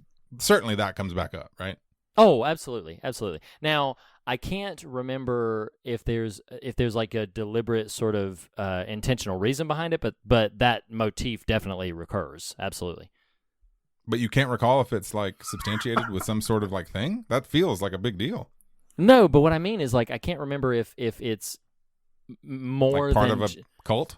Or- No, it's definitely not part of like a cult because Jigsaw's thing, like Jigsaw is He's a solo guy. well, and he is the root of the cult. Like Jigsaw is the one that like there are characters who later sort of take up the mantle, and Naturally. this might edge into theme, but just like the idea of a mission of like making people appreciate their lives by putting them into life or death situations. Characters take up that mantle moving on, but the specific pig mask motif, I cannot recall if it is ever brought beyond just the role of this is intimidating, and so we use it because it's intimidating. I don't think there's ever like I had a pet pig when I was a kid, and Dr. Gordon bought it for me, and like it's not that kind of thing, and it doesn't prop up a cult or anything. I think it's just an intimidation factor that I find remarkably effective. For sure. Yeah. Yeah, that's about all I got. Is that all you got? Well, we've reached the point now in the episode time-wise and structure-wise where we're going to dive into some deeper things. I'm going to yield to I love the like clear pivot that you just made. Like even in my own countenance, I was like, it's time to put on my serious hat. And I'm not making fun. This actually is not me making fun. I'm No, like, I know. Okay. It's like, okay. Look at the no. serious notes and set aside the frivolity. Okay. Now we're just gonna move on. Okay. So I'm gonna defer to Blake as our in-house guest at the moment, and ask if you've got any sort of specific thematic notions that jumped out to you. You mentioned earlier that the film, particularly this first installment, has, by your recollection, had a pretty strong moral center, but some of that was muddled. Do you want to talk through a little bit of that and see if that pivots us into some more substantive ideas? Yeah, so as we've been talking, like even about the frivolous stuff, like my mind has been kind of working around it, and I think I've actually come back around on some of that. There's been something you said, Reed, kind of put the piece together for me. And nice. So I think when I was watching last night, I just in my head, I think I had a different morality that was playing at the center of it than what it actually has, and in my head, I think there's almost a temptor element in the space of these people that Jigsaw gets to kind of do his bidding, as you might put it. He's basically tempting them. He's saying basically here's your release. Like if you don't want to be honest with others or yourself or go about this in a normal like redemptive way, then here's your opportunity to clear yourself, and that means harming someone else.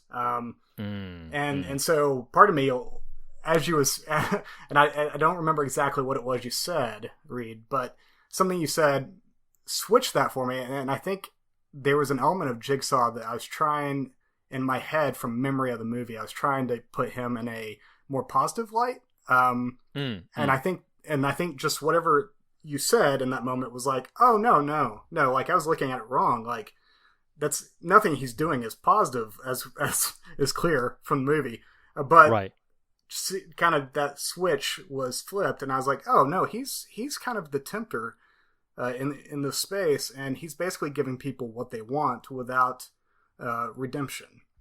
So was it the observation that, and I don't know, I'm just kind of spitballing, but was it the observation that he that like what arises out of his sort of mission is he is under the delusion that he is giving people a new and profound appreciation of life by putting them into a life or death situation, and that in his twisted sense of things, which by the way, and I stumbled upon this in a bit of my research for the film, that he they make a comment in the film where it says, well, he never actually murders anybody. But he would be, like, if captured, he would do prison time, because there is a degree of homicide that you can be charged with where you basically put someone in a position like he puts them in where they're going to kill themselves. And so that is a degree, I forget which one. And it's classified as something like a depraved view of human life. Is like part of the legal definition of it. And so it is genuinely quite interesting to me. So if I had a thematic notion to kind of unpack, this is, I mean, on steroids and exploded out exponentially, is like the righteous scare tactics that some people will employ almost pervasively, trying to basically like set someone up to suffer, to quote unquote teach them a lesson, or to posit suffering, extreme suffering, as like this lesson teaching thing, or as this this sort of path back to redemption, but again using a scare tactic, using it's a coercion of some sort. Coercion. That's the word I keep trying to scramble for. That this like coercing someone into righteousness instead of guiding and leading them into righteousness, which I do find fascinating, just as a concept, because frighteningly enough, while so few people in the world, if any, build elaborate jigsaw-like traps to put people in, but I think an alarming number of people on small and large levels employ fear as a kind of righteous mission, which is something that I find equally abhorrent in whether in ideological conversation or in fantastical explosions like the Saw franchise. But Nathan, what are your thoughts?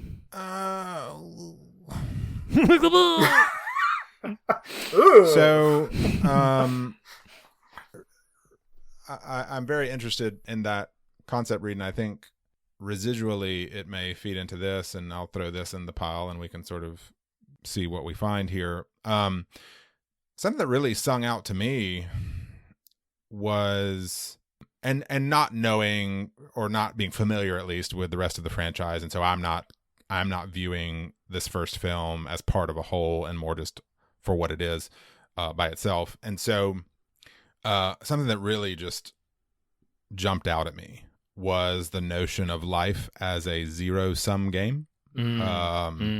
And this word of meritocracy, this idea that in order for me to succeed or achieve, that others by default must lose. And in the spirit of the moment and my own feelings, put more to the point, is that in order for an economy to operate, that old people need to be considered as lost causes. This is the system that we have built, and this is the system or the game that we have bought into, even Christians, for whom the guiding principle should be, and the foundational edict is, that no slave, nor free, nor Jew, nor Greek, nor male, nor female, there is all and only one. And yet the talons are sunk very deep into our psyche and cultural conditioning to see that, or rather provoking the inability to see meritocracy or zero-sum social operation as at odds fully with the Spirit of Christ. Right. And I it's so fascinating watching a film like this, and I think maybe what helped me overcome my discomfort at sort of the pressing on the bruise, it was just from a tone and content standpoint, was this notion of like, we do this. We operate fully, not necessarily explicitly to the death of others, though sure, yeah, definitely to the oppression of, definitely to the subjugation of, and more it seems like to the potential death of.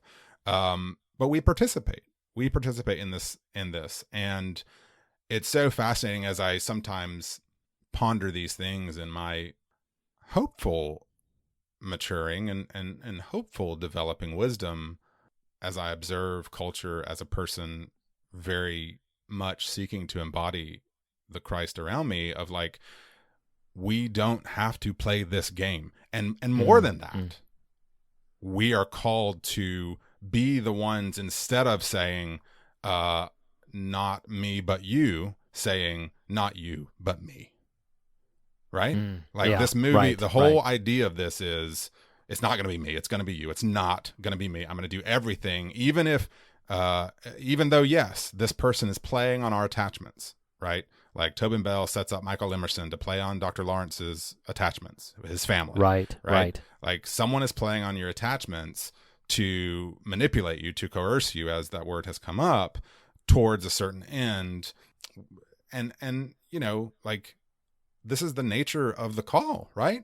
Which is to consider all of these things as lost for the propping up, for the esteeming, for the enrichment of someone else. Like, I don't want to lose my attachments. I don't want to have my attachments threatened, but that's part of the deal. Like, it's not a game. And it's so fascinating, you know, what horror can do well. And I do think this movie does this well, even if it is a little bit accidental in how it finds it, is helping us recognize the metaphor represented here, which is, we all do this. Like I'm sorry, I didn't mean to get quite so hot and bothered here, but like, you know, every sort of engagement is some negotiation with transactional sort of tit for tat, right? Like, right. I'm going to do this thing because, however subconscious it might be, I'm cognizant that it will gain me. Not even when it's things as simple as the clothes you buy and who made them, the food you eat and the processes by which they came to you. This is that. This is participation in that game. Now, is everything meant to be scrutinized to this level? Yes. Is that humanly possible? Not really.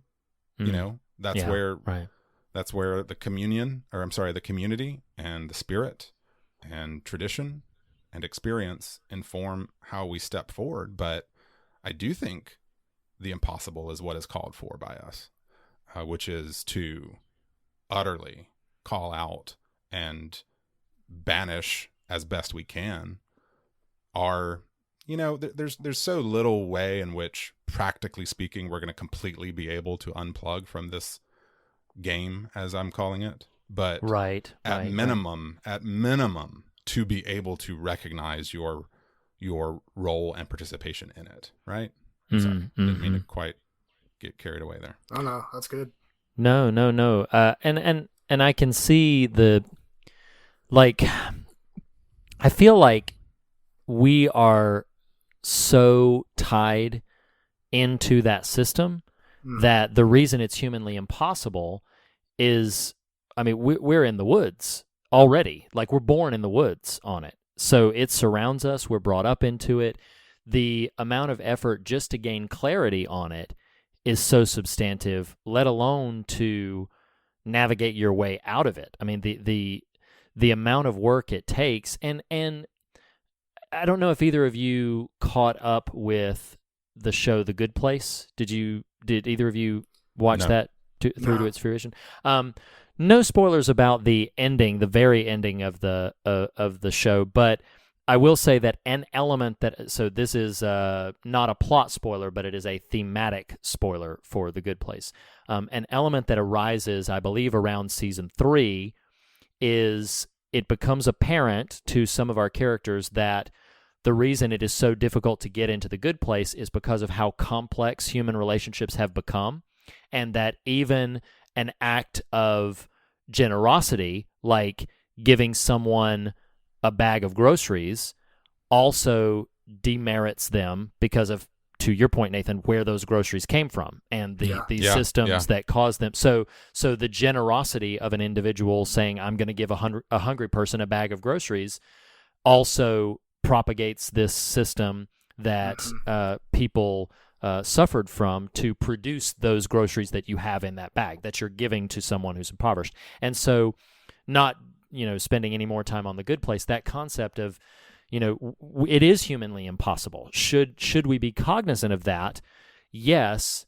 And I love how you unpacked that there, that I think it is important for us to simply register that we must do the best we can with what we have been given. And I feel like there's something to be said for, there are some people who live in woeful ignorance, and I think there are some people who live in willful ignorance. Yeah. And I think each and every one of us are in I think each and every one of us are in some degree of the woeful ignorance. I am woefully ignorant of going to the grocery store, filling my cart, paying money for it, and then taking it home and eating it and enjoying it, and I am woefully ignorant of the places that was produced and what that brought me to here.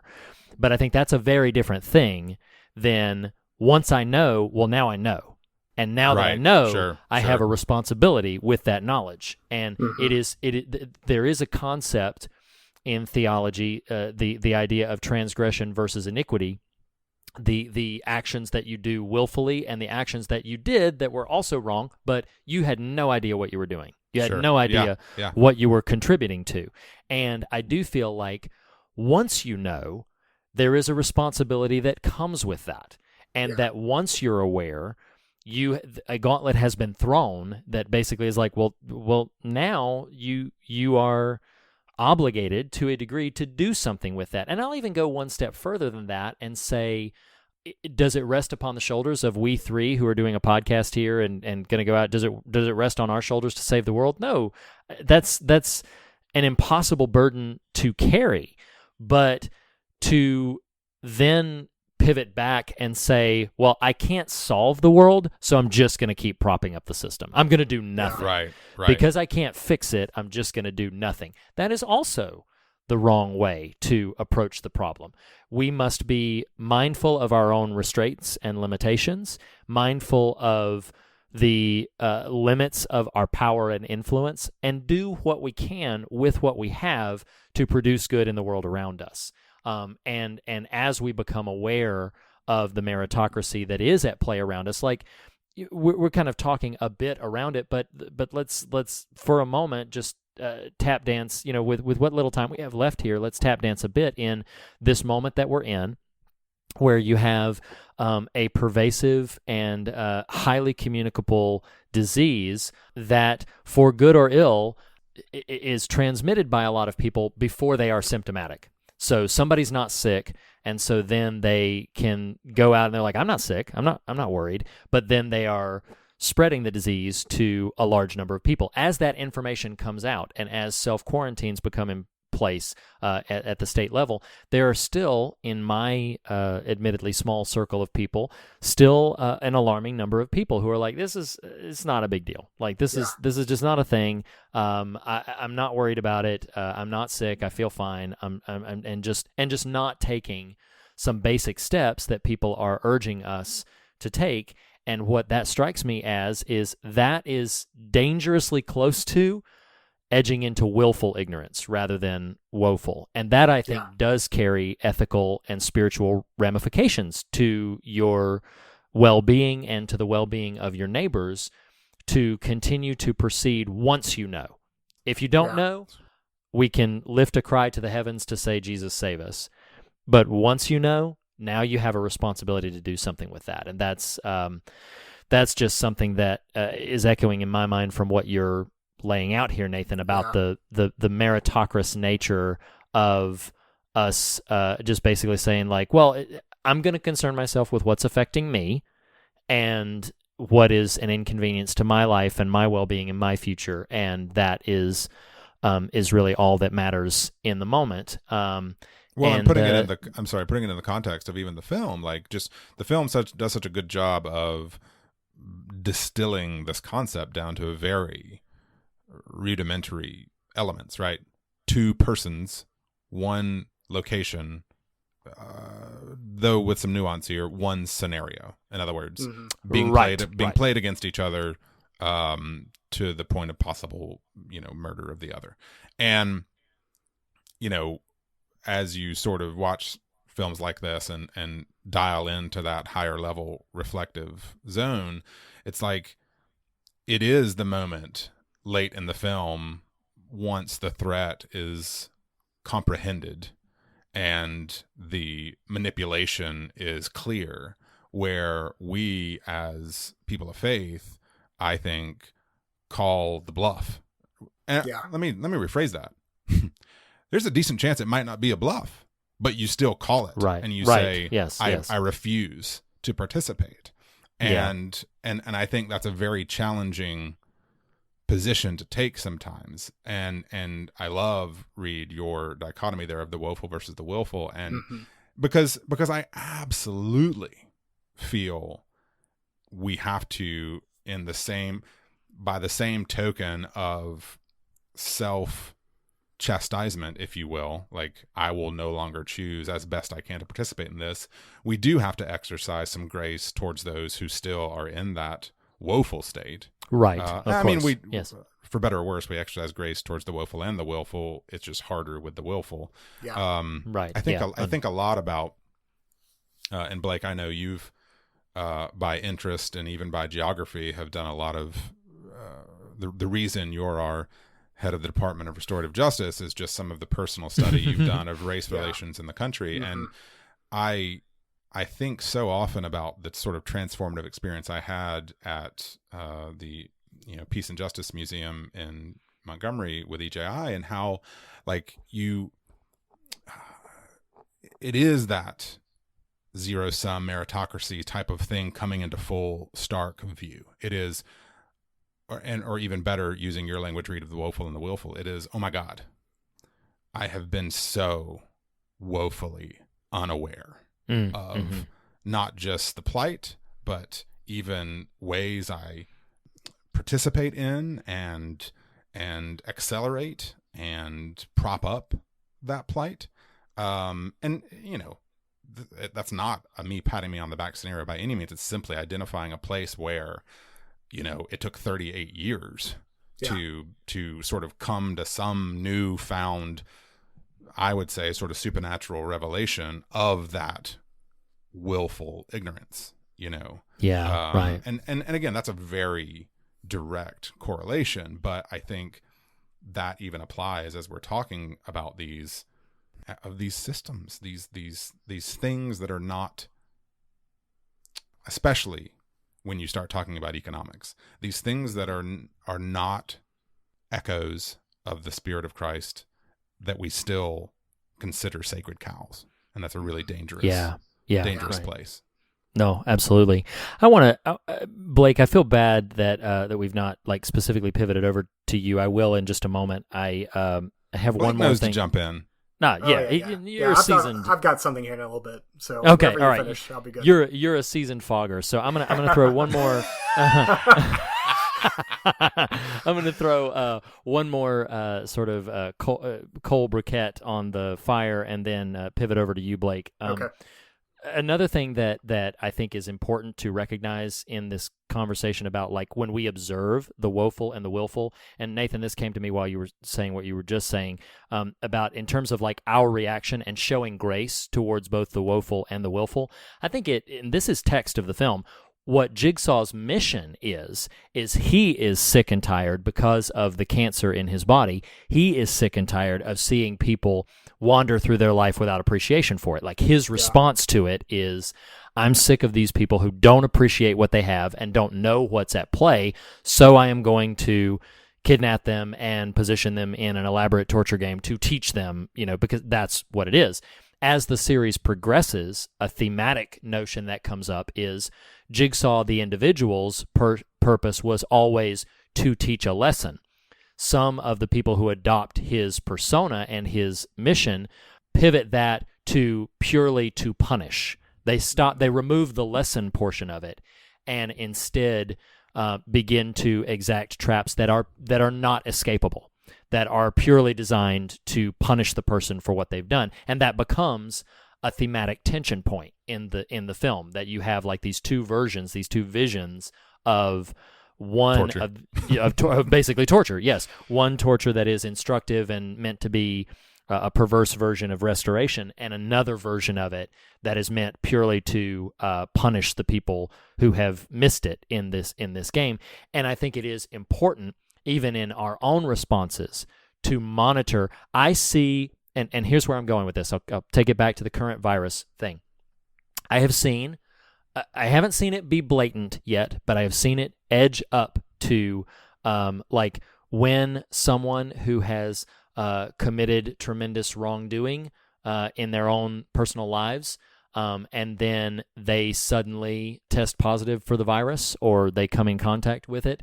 Let me be very explicit here. That is not a matter to be rejoiced about. That is not a matter to be, like, oh, serves you right or karma or anything. That is soul sickening if you begin to, in the same way that Nathan brought up this whole meritocracy thing, like, this is not this struggle, this present struggle we find ourselves in, or any struggle therein to come in the future, is not an equalizer of it's not something that we can rightfully view as like, oh, well, I'm going to rejoice when people that I don't approve of get it, while simultaneously praying that the people I love don't get it. Like, Sure. You have to be monitoring of your own heart and spirit and reaction when in this mindset, lest you become like Jigsaw's followers and just seek to use what once was instructive and turn it into punitive. And even worse than that, I mean, Jigsaw himself is kind of twisted in his own mindset. But anyway, I just wanted to throw that out there before we left it completely. But Blake, what you got for us? Well, as we in Texas say, that'll pre-treat. Yeah, brother.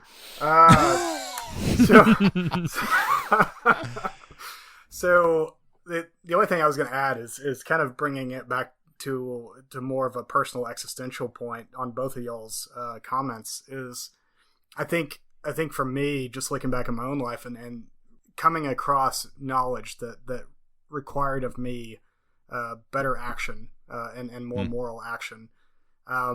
There's something I noticed about myself, and I assume it's fairly universal. It may look different for different people, but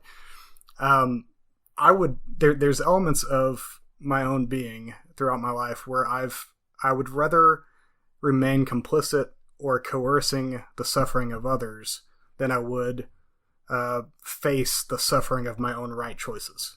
Sure. And so, Wow. Yeah. In some ways, like just on a very purely existential element, is like doing right does not feel good most of the time, especially Yes. in a broken world. And so, and sometimes doing right leads to nothing. Unfortunately, foolishness, doing right in this world is foolishness. So I just I completely agree with what both of y'all are saying as far as your like kind of Nathan's taking it more broadly and kind of meritocracy and your woefully, which is brilliant. Thank you. But just kind of bring it personally is like, why do we not recognize that game that we're in? And why do we not? It's because we're afraid. We're afraid that it's going to hurt, and it will hurt if we do, if we choose the right path. And that's something that only the Spirit can provide is the courage to choose right. And I've seen it in my own life when I got to precipices where I just literally could not make that transgression anymore. And so, I just wanted to put that out there as a more personal kind of visceral, existence part of it. So Sure. Well, we have gone to a wealth of places. I feel the impulse at this moment to kind of leave it there. I don't want, if somebody's got something burning they want to say, then I would invite you. Otherwise, y'all ready to go to the fog meter? sounds good to me. Let's do it. Okay. All right. So the fog meter, as you know by now, listeners, is our very specific metric of fear and God, where we rate the films on their scares and their substance. I'll lead the charge on the fear metric with this. I feel like this is a film that reputationally is scarier than it is by experience. Yeah. And so yeah, naturally, like what the film is playing with in its runtime is a bit more gruesome than what it actually shows you. So that's going to land me at a 6 for the fear measurement. What you got, Blake?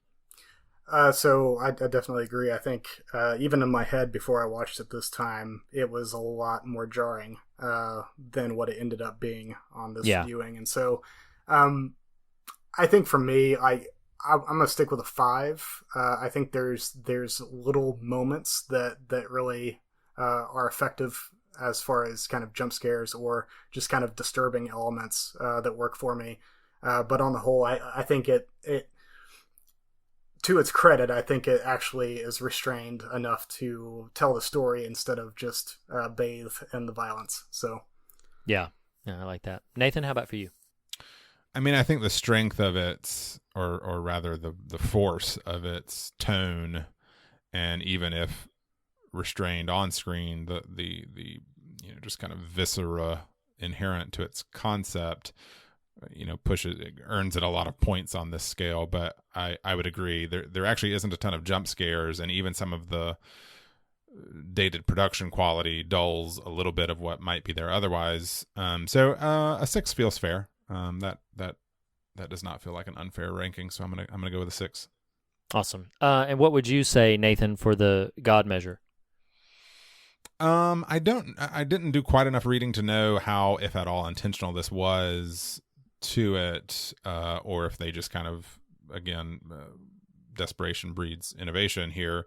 But I do think its moralistic axis earns it a good bit of kind of goodwill here, even if ultimately this particular film doesn't do a ton with that except just kind of pose the general question. So I think by the same token, a 6 feels kind of fair in that regard. Awesome. Blake, what about for you? I'm gonna go a little bit higher than Nathan. I'm gonna go with a 7, just because I think by its very nature, those questions, if you're one who is willing to engage them, will automatically bring you into some deep waters if you're willing to go there. Which, I don't know, like, this could be me generalizing, but in my head, the people who go see these kind of movies are not the type to really dive into deep waters. And so, right. So part of me wonders if a lot of that is lost on most of the audience, but I'm going to hold out hope that it's not lost. And so I'm going to go with a 7.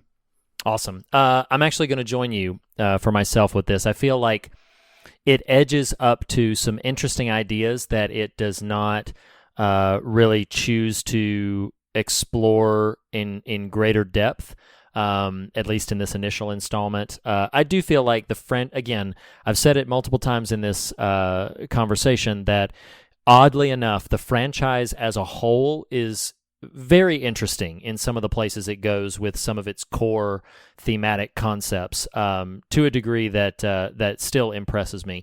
So I'm going to give it a 7 as well for the God meter. That means that we give Saw, directed by James Wan, written by and starring Lee Wanell, a 6 out of 10 on the fog meter, which feels yeah, that feels right. That feels good. But the more prevalent question at the moment, and perhaps a little difficult to answer, Nathan, I'm going to start with you. Would you recommend Saw? I think so. I think knowing how I'd propped it up in my head as just sort of extreme viscera and gore, it does pull some of that back in a way that I was pleasantly surprised by, even though, again, receive that as someone who's been wading in these waters for 3 years straight, so it may be over the top for some folks. But I do think just conceptually, and especially even though we've already spoiled it, if you haven't seen it, that final beat does provide enough of a push to say, yeah, this is definitely worth checking out. Blake, how about for you? So if you'd asked me when I first saw this back in the day, I think I would have given an overwhelming recommend, and I think I would still give it. I'd still recommend it today. I would just kind of knock it down to just a little fun. Very appropriate. Very appropriate.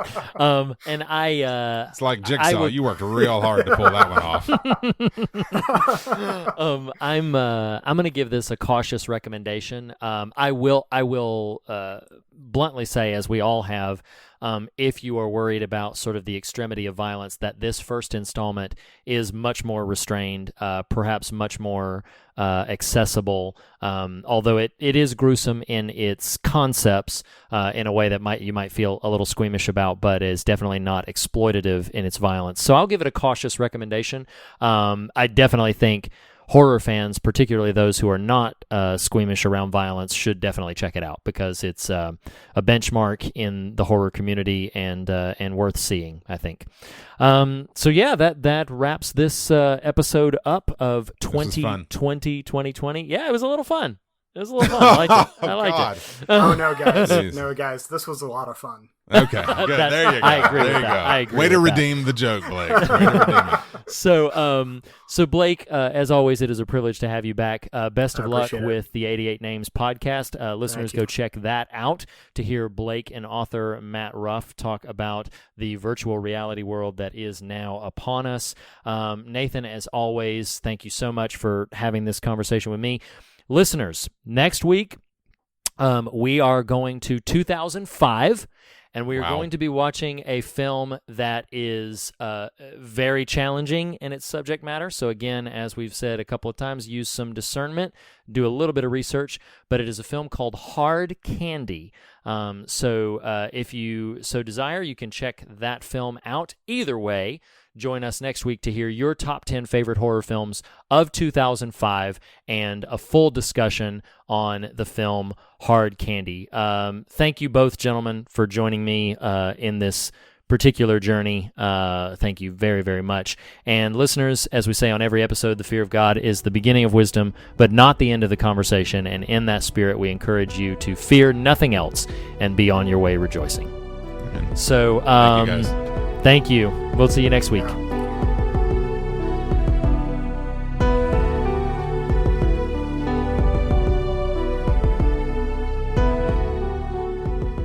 The fear of God is the beginning of wisdom, but not the end of the conversation. And you can continue the conversation in a variety of ways. Start by visiting thefearofgodpodcast.com for all the latest episodes and news, as well as for merchandise and how to contact us. You can follow us on Twitter @thefearofgod, on Instagram @fearofgodpodcast, or join the Facebook Fear of God discussion group. Special thanks to Jacob Hunt of jacobhuntcomics.com for our artwork, to Lee Wright and Reed Lackey for our theme music, and to Tyler Smith and morethanonelesson.com for making our show possible. Lastly, be sure to subscribe to us on your podcast platform of choice, and if you listen to us through iTunes, we would greatly appreciate a rating and a review. Thanks for listening. We'll see you next week.